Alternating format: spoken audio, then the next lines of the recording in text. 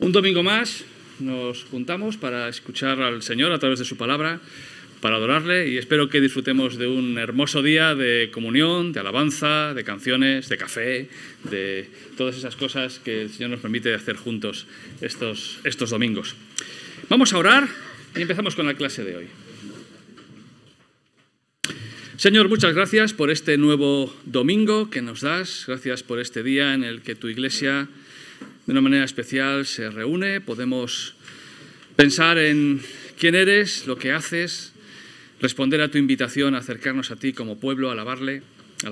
Y, Señor, te quiero pedir que bendigas esta clase, bendigas tu palabra, que sea tu Espíritu el que nos hable a todos los que estamos aquí, a todos los que escuchen este mensaje, que tú tengas algo personal para cada uno de nosotros. También te pedimos por las clases bíblicas, los chicos, chicas, niños, niñas que están aprendiendo, que están creciendo, que puedan fundamentarse en ti, en tu palabra. Gracias por todos los profesores que dedican su tiempo, su esfuerzo a educar a nuestros hijos. Pues, Señor, ponemos todo en tus manos, confiando en tu dirección y tu bendición, en el nombre de Jesús. Amén. Una de las programaciones que abundan en la televisión de entretenimiento son los concursos. Y concursos que tienen preguntas con distintos formatos, distintas maneras de enfocarlo. Y hay uno que es reciente, creo que lleva solamente un par de semanas, que se llama Salta. Y que consiste en que hay una afirmación y te pasa eso. Si aciertas bien y si no, te caes al abismo. Bueno, parece que no es peligroso, te quedas ahí abajo, pero es un nuevo formato en el cual tienes que estar muy seguro de que la respuesta que das es la correcta, porque si la respuesta no es la correcta, ahí te vas, al foso, al fondo. De hecho, si os dais cuenta, les ponen un casco, por si acaso pasa algo, les ponen un casco para que eso no sea demasiado arriesgado. En este caso, si no respondes bien, te caes. Y además te caes con todo el equipo y quedas eliminado de la competición. Y la verdad es que hay preguntas cuya respuesta puede cambiar tu vida. ¿Cuál sería la pregunta en este caso? ¿Quieres casarte conmigo? Pues eso cambia tu vida. Esperamos siempre que para bien, pero a veces no. Así que debes pensar muy bien la respuesta ante una pregunta como esta. Claro, hay otras preguntas también muy comprometedoras. Señora, ¿dónde estaba usted ayer a las 10 de la noche? Pues si viene un oficial de policía a hacerte esa pregunta, más te vale tener una buena respuesta o si acaso una buena coartada, ¿no? Una respuesta importante aquí también. La respuesta que des en situaciones como esta también puede influir muchísimo en tu vida. Si te ofrecen probar, hacer determinadas cosas, debes pensar muy bien la respuesta y lo que estás dispuesto a hacer o no hacer.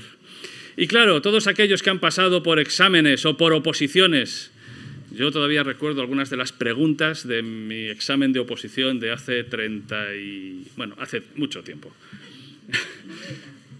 Así que preguntas de las cuales, pues en un sentido parece que tu futuro depende de ello, ¿verdad? Y cuando uno está preparando determinados exámenes, pues los de final de un ciclo o la prueba de acceso a la universidad o una oposición, es una pregunta de esas que te lo tienes que pensar bien, bien. ¿Qué respuesta vas a dar? Porque de ello puede depender tu vida.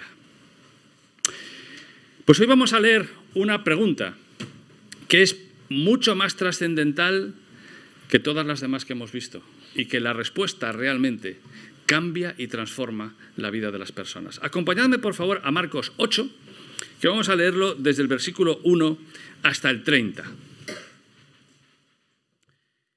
Dice así: En aquellos días, como había una gran multitud y no tenían qué comer, Jesús llamó a sus discípulos y les dijo: Tengo compasión de la gente, porque ya hace 3 días que están conmigo y no tienen qué comer.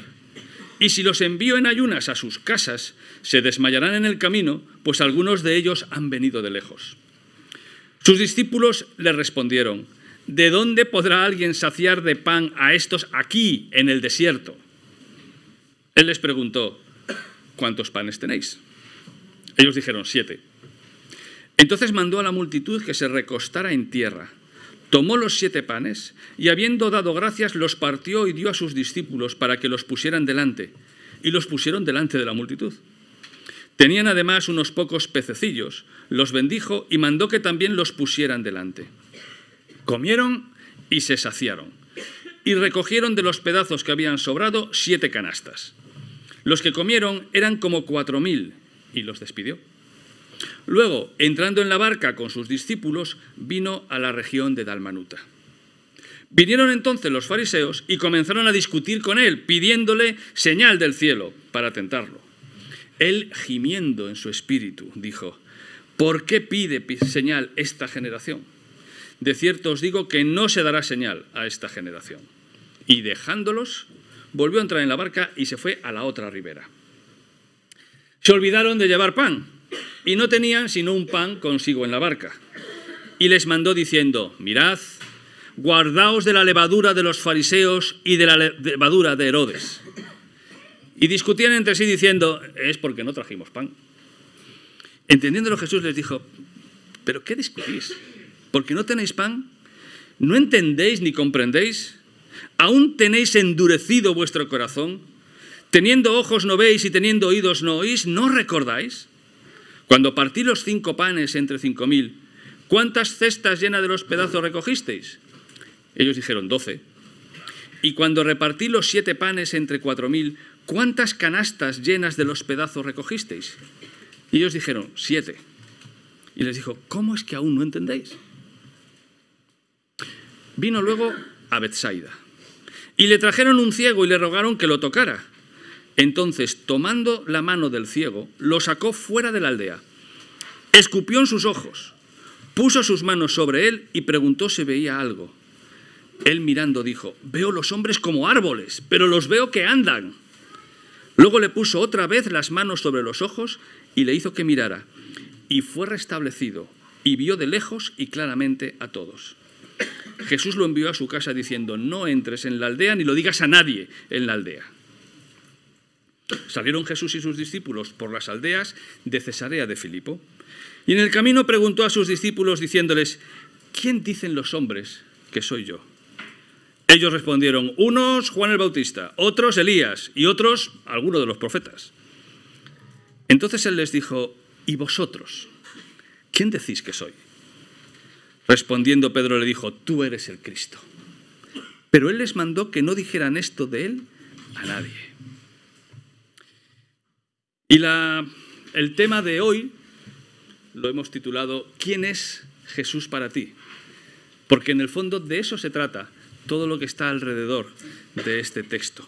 Nos encontramos con la que sea probablemente la pregunta más importante que te pueden hacer, la respuesta más trascendental de tu vida y de la historia, realmente. Estamos en un momento de la vida de Jesús y si os dais cuenta aquí se han mencionado muchos sitios distintos y siempre cuesta un poco orientarse, ¿verdad? ¿Dónde están estos sitios? Bien, pues Jesús está en el momento de su último recorrido por Galilea. Ya estamos en el 3er año, por decirlo así, del ministerio de Jesús. Ya ha recorrido varios años distintas zonas de Israel. Ha estado en Jerusalén un par de veces por lo menos, ya durante su ministerio. Ha estado en distintas zonas, en Judea, en Galilea.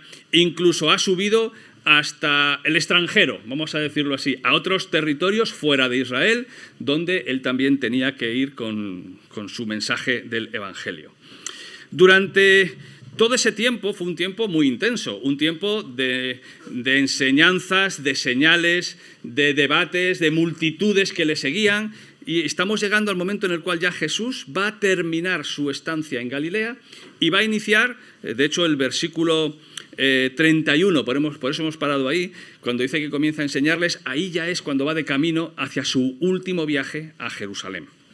Así que es el momento previo, esto es como el final de la primera parte del Evangelio de Marcos, todo el ministerio previo de Jesús, y a partir de aquí comienza la segunda parte del Evangelio de Marcos, el inicio de la subida de Jesús, subida porque está más alto, a Jerusalén para la última semana, su muerte y su resurrección. Y además lo que hace Jesús es retirarse, se va a marchar aquí a Cesarea, Ha estado en el mar de Galilea, y aquí tenemos, ¿veis?, algunas de las ciudades que nos suenan: Tiberias, Genesaret, Capernaum, Betsaida. Esta era la zona de residencia habitual. Pues se fueron primero a Tiro, Sidón, ¿vale? Y aquí tenemos Cesarea de Filipos. Esta es la zona que va a estar recorriendo en estos episodios, y además le vamos a ver que sube, baja, cruza el mar de un lado a otro. Primero va a Dalmanuta, que es por aquí, luego regresa a Betsaida, que está aquí, y luego vuelven otra vez a Cesarea de Filipos, ¿vale? Esa es un poco la zona por donde va a estar moviéndose Jesús con sus discípulos. No está en el mismo sitio, y son desplazamientos andando, en barca, donde el Señor va encontrándose en distintos escenarios con distintas personas.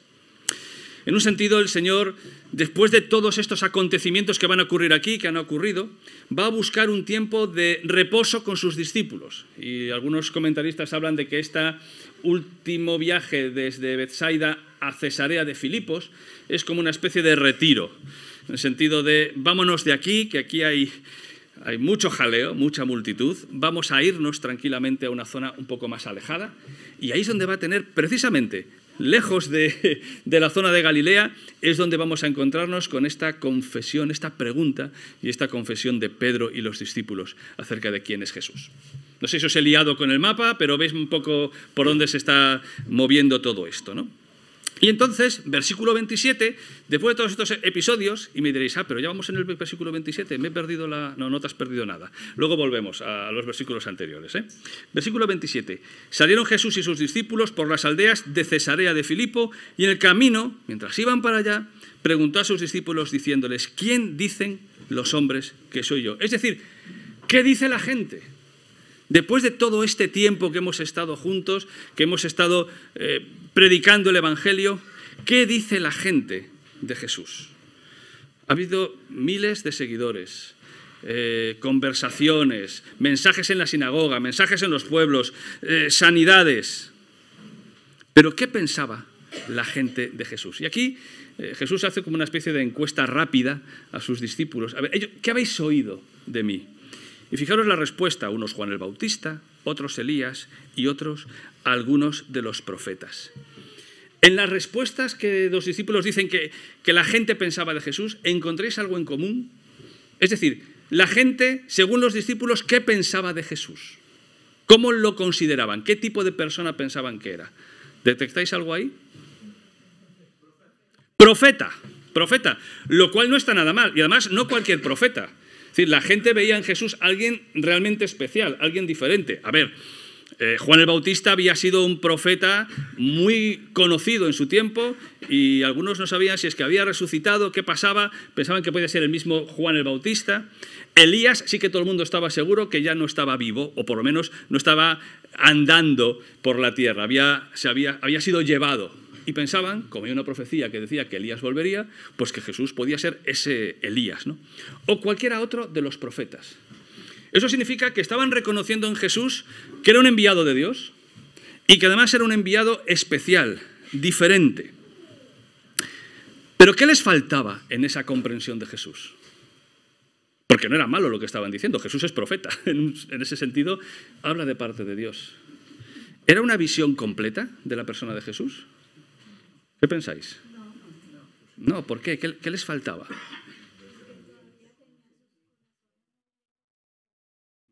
Vale.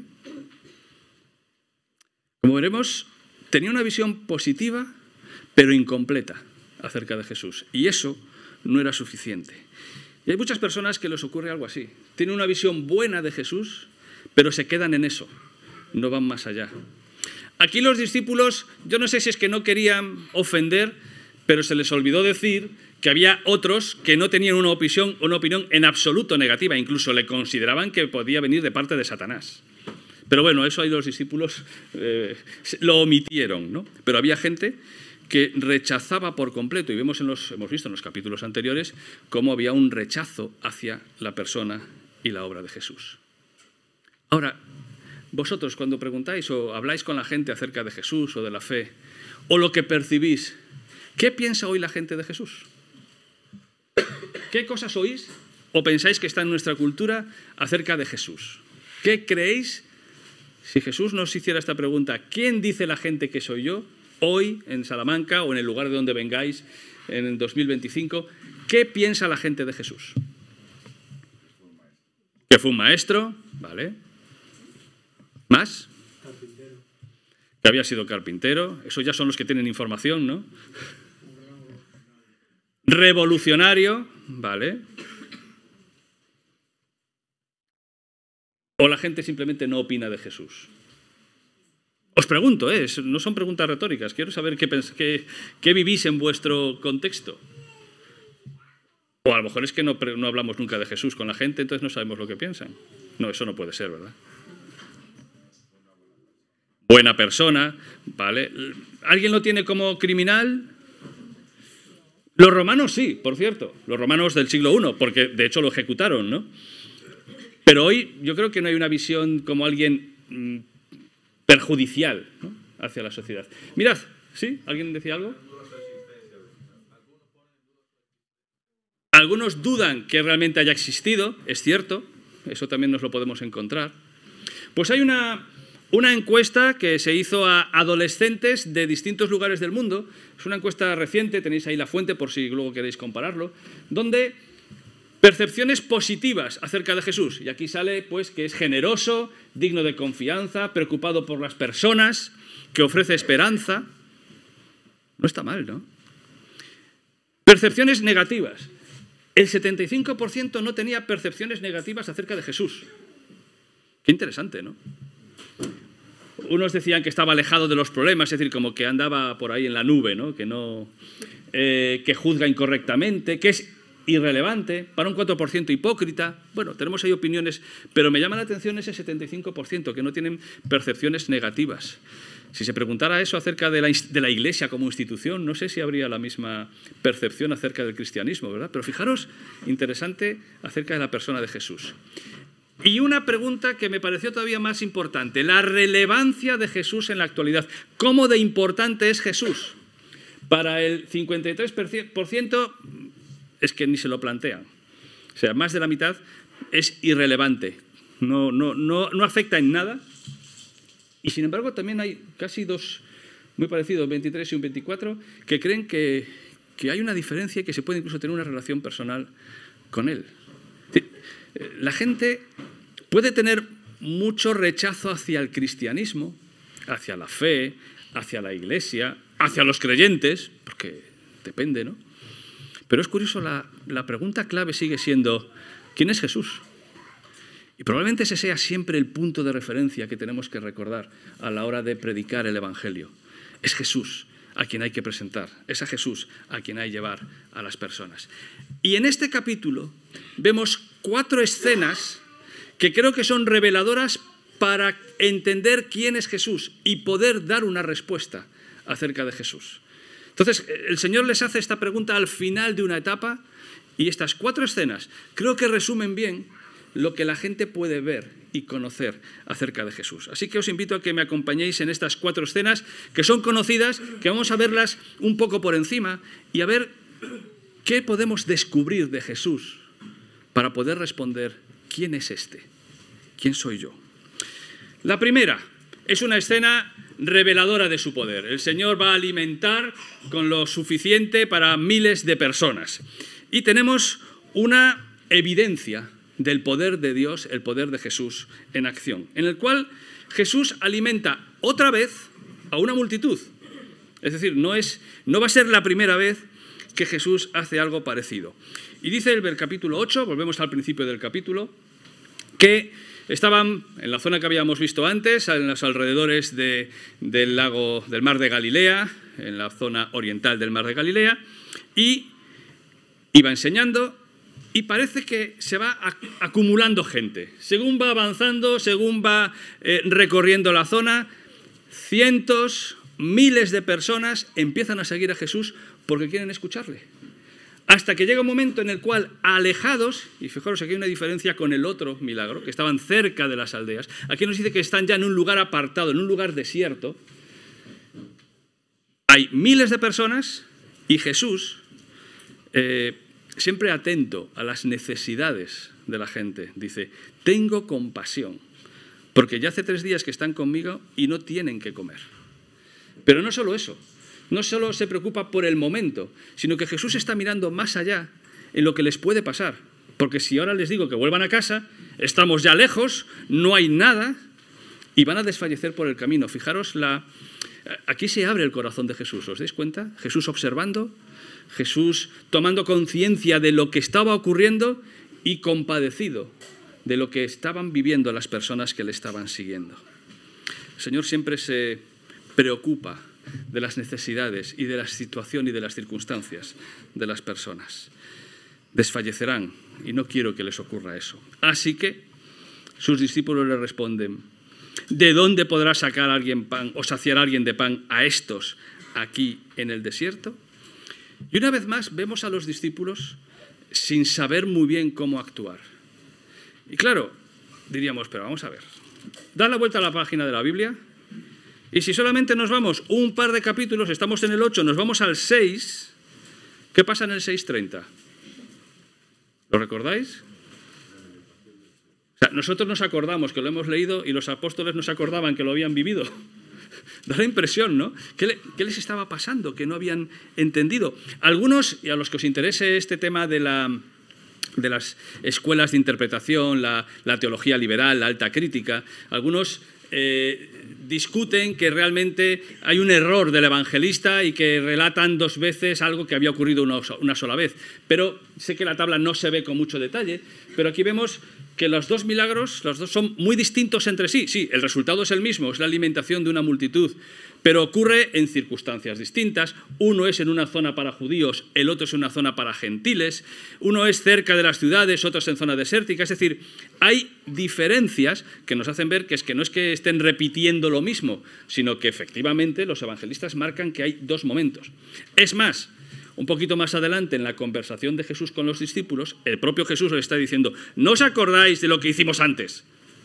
Es decir, que ha habido dos momentos diferentes, con dos significados, con dos implicaciones en estos dos milagros. Pero los discípulos estaban desconcertados. Y qué fácil es echárselo en cara, ¿no? Pero vamos a ver, estáis con Jesús, habéis visto el poder que tiene. ¿Cómo es que ahora otra vez volvéis a desconfiar de que el Señor puede, de que va a resolver la situación? Y no sé a vosotros, pero a mí esto me ha pasado más de una vez. De haber visto el cuidado del Señor, la respuesta a oraciones, cómo el Señor actúa. Y no estoy diciendo de formas sobrenaturales, pero actúa, interviene en tu vida. Y cuando vuelvo a ver algo parecido, parece como que, sí, bueno, la otra vez la hizo, pero ¿y ahora? ¿Y si ahora no?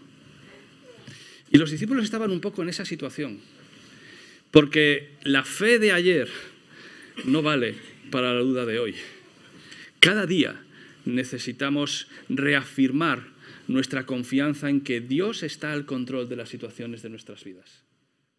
No podemos quedarnos simplemente en lo que pasó. Podemos verlo como un recuerdo, pero para afianzar que el Señor sigue estando en el control de todas las cosas. Quizás los creyentes, quizás el no creyente sigue luchando con la duda, con la incertidumbre, con el no estar seguro de si ha entendido o no ha entendido. Es parte de la lucha espiritual. Pero el Señor aquí una vez más nos muestra que Él está al control de la situación y que Él tiene el poder para cambiar las circunstancias. Pero a los discípulos les costaba entenderlo, como creo que, por lo menos a mí, me cuesta. Y seguro que vosotros pasaréis por experiencias similares. Pero el Señor fue adelante, Él sabía lo que tenía que hacer. Y esos discípulos, a pesar de sus dudas, sus luchas, se convirtieron en canales de bendición. Y el amor y la compasión de Jesús, y en este caso el milagro de multiplicación de los panes y los peces, fijaros que la instrucción de Jesús es: Él lo toma, Él lo da a sus discípulos para que sus discípulos lo repartan entre los demás. Y en el fondo eso es la misión de la Iglesia siempre. Siempre somos llamados a ser el canal de repartir las bendiciones de Dios hacia toda la humanidad, hacia todas las personas. ¿Y cómo termina esta señal? Dice que recogen, comieron y saciaron. Fijaros la pregunta del versículo 4. ¿De dónde podrá alguien saciar de pan? Y mirad la respuesta, cómo termina este episodio. Comieron, versículo 8, ¿y qué dice? Y se saciaron. La duda de los discípulos fue respondida con sobreabundancia, una vez más, por parte de Jesús. Porque solamente Jesús es aquel que de verdad puede saciar la verdadera necesidad del ser humano. Nosotros no llenamos las necesidades de la gente. Es el Señor. Nosotros solo somos los canales por los cuales les llevamos al pan de vida. Y como le dijo Jesús a la mujer en el pozo en Samaria, ¿recordáis? El que beba de este agua nunca más tendrá sed. Las otras cosas, las cosas materiales, te pueden saciar temporalmente, pero solo la obra del Señor en nuestras vidas es lo que sacia la necesidad profunda del ser humano. Como dice Eclesiastés, Dios puso en el corazón de los seres humanos un anhelo de eternidad y solamente en relación con el Dios eterno podemos llenarnos. Las demás cosas son simulacros, son aperitivos de la necesidad que tenemos. O como dijo el científico Pascal, en nuestro interior hay un vacío en forma de Dios que solo Dios mismo puede llenar. Y ahí tenemos un peligro. No sé si veis la cita que está ahí debajo de que solo Jesús sacia. Hace unos meses estuvimos estudiando el libro de Esdras.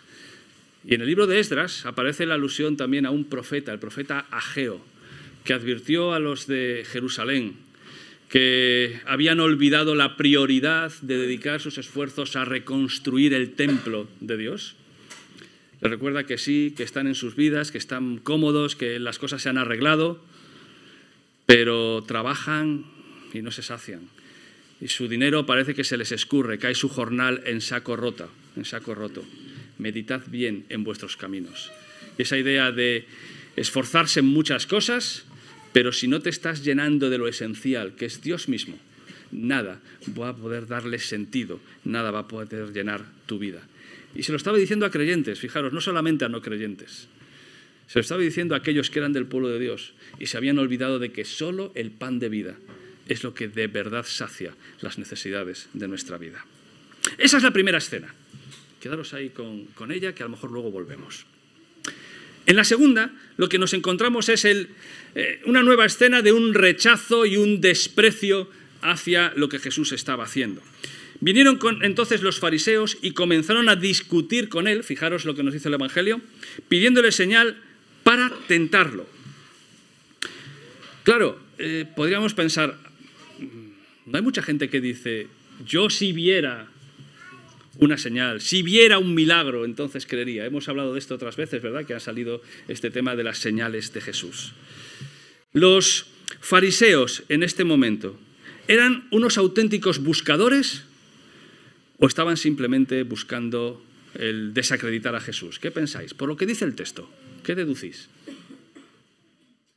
¿Eran personas que no entendían, que estaban buscando conocer quién es Jesús y dice, muéstranoslo con alguna señal? ¿Pensáis que no? Para tentarlo, dice aquí el Evangelio, ¿lo veis? Además, se acercaron, fijaros, para discutir con Jesús. Y discutir en el sentido español del término, en el sentido de una confrontación, ¿vale? O sea, no iban buscando creer en Jesús, iban buscando todo lo contrario, desacreditar a Jesús. Y justo después de meses de señales, porque esto no es el principio del ministerio de Jesús, es casi el final, es que ya le conocían de sobra, habían visto de todo tipo de señales, todo tipo de evidencias de que Jesús era por lo menos un enviado de Dios. Vamos a entrar en que pudieran no entender otros detalles, pero que era un enviado de Dios. Y sin embargo, había un sector que rechazaba por completo esa posibilidad. Negaban las evidencias por su prejuicio, por sus ideas religiosas, por incredulidad. Tenían una actitud cerrada a la obra de Dios que estaban viendo delante de sus ojos. Y bien puede ser el tradicionalismo religioso, que impide abrir tu mente a otra manera de entender la fe o entender el cristianismo. Y hay personas que viven en una religiosidad que les impide poder dar un paso para ver a Jesús por encima de toda esa religiosidad. Y hablo de cualquier tipo de religiosidad, no estoy pensando en un tipo de cristianos u otros. La religiosidad puede dejar a Jesús muy oculto en un ropaje de actividades, tradiciones, dogmas, etc. Puede ser un racionalismo materialista que te impida creer que hay algo más allá de lo que perciben y de lo que tú puedes explicar con tu razón. O puede ser ese hedonismo irrenunciable de yo no quiero un Dios que me diga cómo tengo que vivir, qué tengo que hacer, qué es moralmente correcto o incorrecto. No sé cuál es tu situación, pero hay muchas personas que son como ellos, que cuando escuchan la palabra de Jesús, lo que buscan es confrontar y rechazar realmente lo que Jesús tiene para ellos. Es una humanidad ciega, que solamente por la obra del Espíritu y de la palabra puede llegar a ver. Pero hay algunos que no están dispuestos a que el Espíritu de Dios ilumine sus corazones. Y por eso Jesús, fijaros la reacción de Jesús, versículo 12. Él gimiendo en su espíritu. Otras traducciones dicen él suspirando. Y otra vez aquí Jesús nos abre su corazón. Vemos cuáles son sus sentimientos hacia esta actitud de rechazo.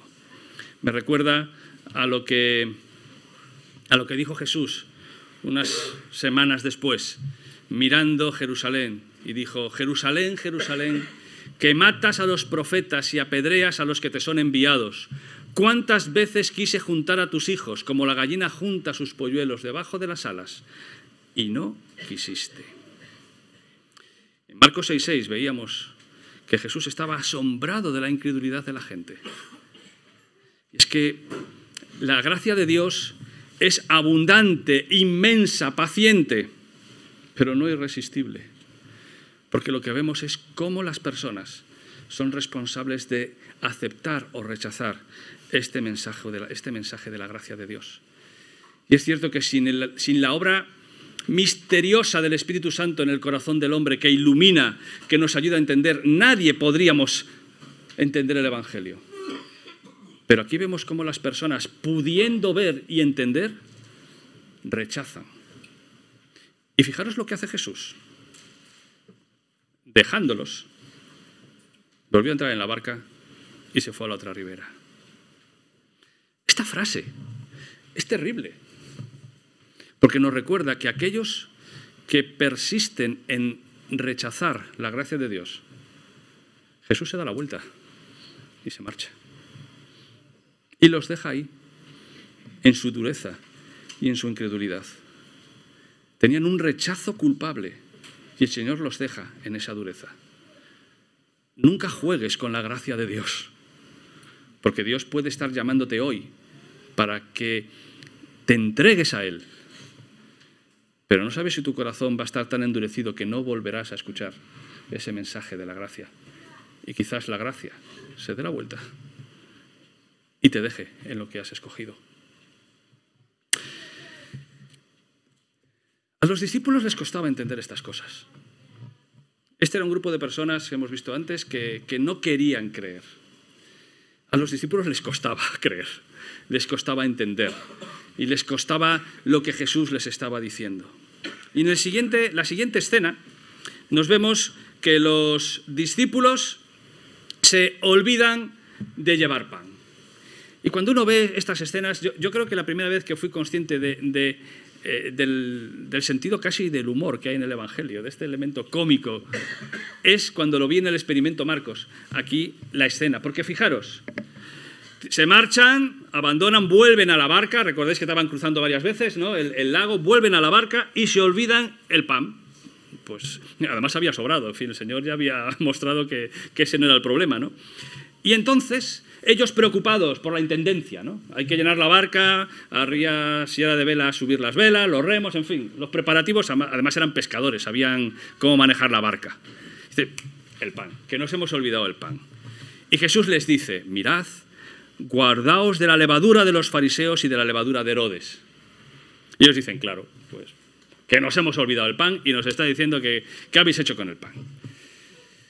Jesús estaba enfocado en la lucha espiritual que había aquí y en el peligro que había de que ese escepticismo de los fariseos y de los herodianos, es decir, de aquellos que estaban más preocupados por la política que por la fe, y por aquellos que estaban más preocupados de la religión que de la fe, que tuvieran cuidado porque esa influencia podía contaminarles, como la levadura.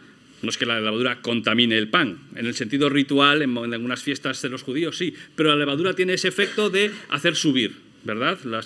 Los y las que sois expertos en cocina, sabéis que es imprescindible para algunos bollos y para las magdalenas y para el pan, bueno, etcétera, ¿no? Es un elemento natural que hincha. Pero tiene ese sentido, ¿no? Es algo pequeño que produce un gran efecto. Y Jesús le recuerda, ojo, que este escepticismo, este tradicionalismo, este confiar en la política como solución de todos los problemas, os puede contaminar y puede arruinar la obra de Dios en vosotros. Es profundo lo que está diciendo aquí Jesús, ¿eh? ¿Y qué dicen los discípulos? El pan. Majo, que te has olvidado el pan en la cesta, ¿no? Y Jesús les dice, pero vamos a ver, queridos míos. O sea, yo aquí me imagino a Jesús con esa paciencia del buen maestro, del bueno. Del buen maestro que dice, a ver, hijos míos, vamos a ver. Fijaros las preguntas duras, ¿eh? ¿Qué discutís? Porque no tenéis pan, pero es que no entendéis, no comprendéis, tenéis aquí todo endurecido, pero no os acordáis cómo hice este milagro, cómo sobró en uno, cómo sobró en el otro. Pero en el fondo eso es lo que hace el maestro. Les hace reflexionar. Claro que les está reprendiendo, sí, pero les está reprendiendo para ayudarles a entender quién es Él y qué es lo que de verdad es importante. Les costaba comprender, tenían la vista muy corta, todo ese tipo de cosas con las que, sinceramente, creo que podemos identificarnos todos los discípulos. Eran bastante torpes, pero no eran incrédulos. Y eso marcaba la diferencia. Les costaba entender lo que era el mensaje de Jesús, pero su disposición era a seguirle en la barca, aunque no entendieran lo que estaba pasando en sus vidas y en su mensaje, como tantas veces quizás en nuestras vidas, que nos cuesta ver el propósito de Dios en nuestras vidas. Pero el creyente sigue con Jesús en la barca, porque sabemos que es el único que tiene palabras de vida eterna. El aprendizaje es un proceso, y es un proceso que dura toda la vida. Y quiera el Señor ayudarnos a aprender vez tras vez en nuestras vidas, a confiar en este Señor, en este Jesús, que con paciencia, quizás con reprensión, interviene en nuestras vidas para que aprendamos a confiar en Él. Y la siguiente escena, fijaros cómo esto pasa de multitudes en la primera escena, luego diálogos más reducidos, una experiencia con los discípulos, y nos encontramos la penúltima escena en Betsaida. Han vuelto a cruzar, ¿vale? Están de viaje, ahora vuelven a Betsaida, aquí, y se encuentran un ciego. En Betsaida Jesús era conocido de sobra, ¿vale? Se encuentran un ciego que se lo traen y le ruegan que lo toca. Tomando la mano del ciego, lo sacó fuera de la aldea, escupen sus ojos, ponen las manos, le pregunta si ve. La primera vez ve los hombres como árboles y luego ya la segunda ve adecuadamente. Lo primero que me llama la atención de este encuentro es que es un encuentro íntimo. El Señor no quiere un espectáculo, porque sabe que eso no lleva a ningún sitio. El Señor se retira, se lo lleva fuera para hacer lo que tenga que hacer con Él a solas, con una relación cercana. Pero lo sorprendente de esta, yo no sé si alguna vez os ha llamado la atención, a mí siempre que lo leo me llaman la atención dos cosas. Primero, y después, que el Señor cura en etapas.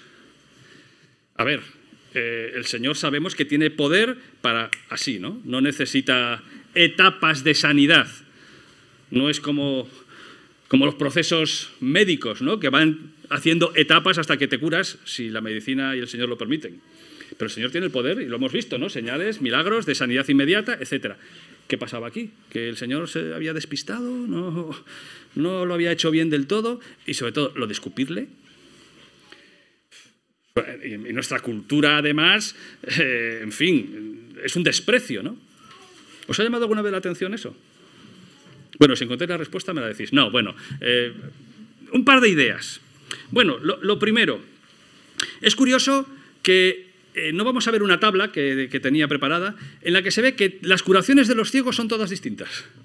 No se repite, en uno les toca, en otro no les toca, en unos a distancia. Buscadlo si queréis, porque es muy interesante cómo el Señor cura a los ciegos de manera diferente a cada uno de ellos. Muy llamativo.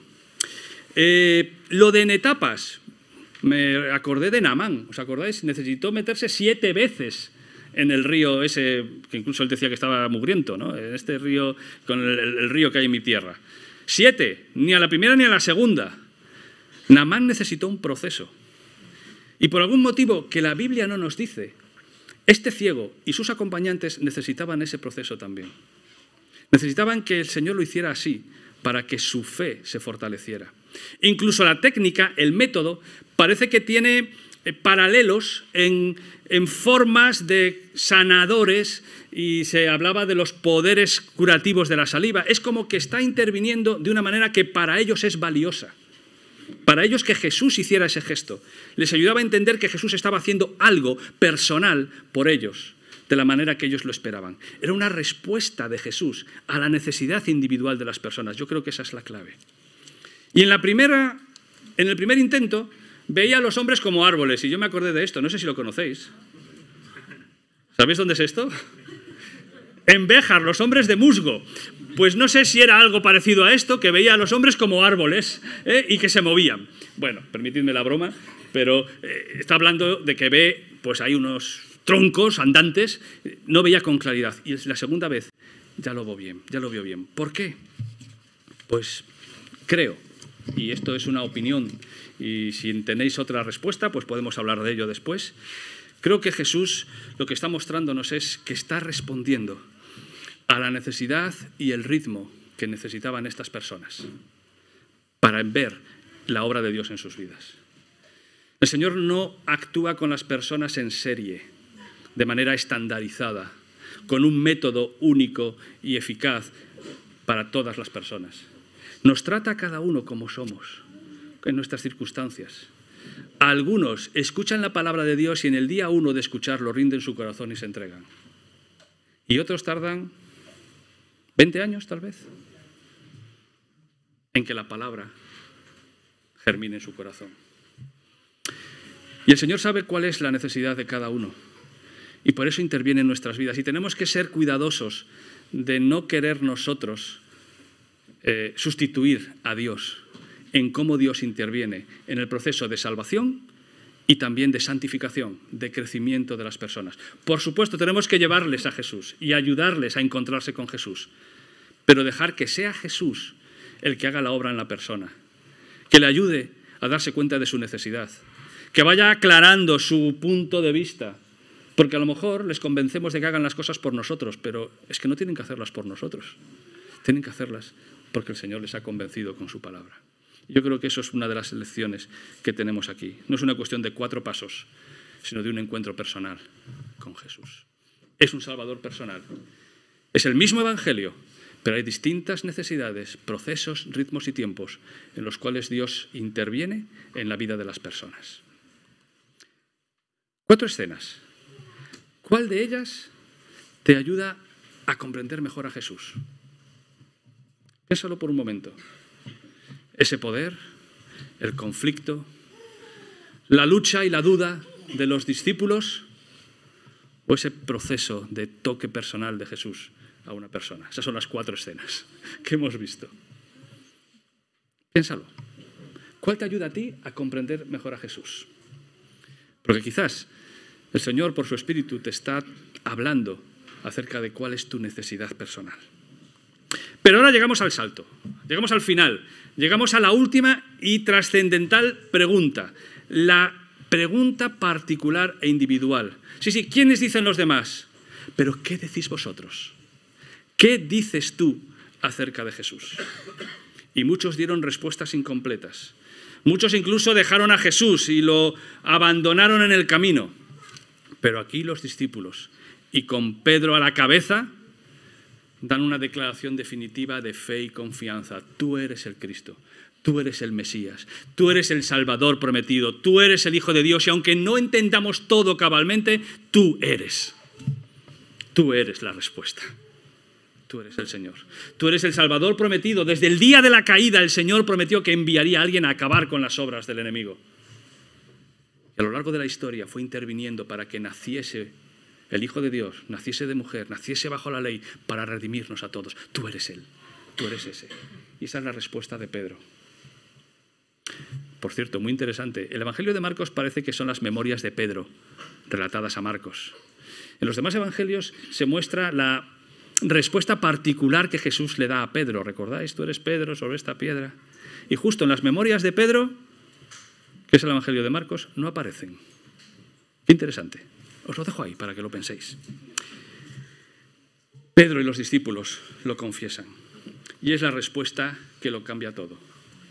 ¿Quién es Jesús de verdad para ti? De esa decisión depende tu vida eterna. Pero también como creyentes, de esa respuesta constante depende cómo es nuestro día a día. Porque Jesús puede acabar convirtiéndose en algo que está a un lado y que influye parcialmente en nuestras vidas. O quizás Jesús fue alguien importante en tu vida en el pasado. Yo sé que nos ven muchas personas que no asisten a ninguna iglesia. Pues quizás Jesús te está invitando a reencontrarte con Él una vez más y regresar a esa barca en la que Jesús te acompaña en tu día a día. Como discípulos tenemos que aprender a seguir caminando de cerca con Jesús. Pero si aún no has reconocido que Jesús es el Mesías, no esperes, no resistas a la gracia, no tientes a Dios buscando una respuesta, porque Él ya te la ha dado. En fin, los concursos humanos pueden ofrecerte premios valiosos como este, pero el premio de seguir a Jesús es nada más y nada menos que librarte del abismo eterno y llevarte a una vida plena de comunión con Él ahora y por toda la eternidad. Así que salta, pero salta a los brazos de Jesús. Y Señor, te damos muchas gracias, porque tú te acercas a cada uno de nosotros en nuestra necesidad particular y nos invitas a confiar en ti, aún en medio de las luchas, las dudas, y saber que tú eres el Señor, el Salvador, la respuesta, la vida. Ayúdanos a vivir nuestras vidas a tu lado, disfrutando de esta bendición de la vida eterna que tú nos das. En el nombre de Jesús. Amén.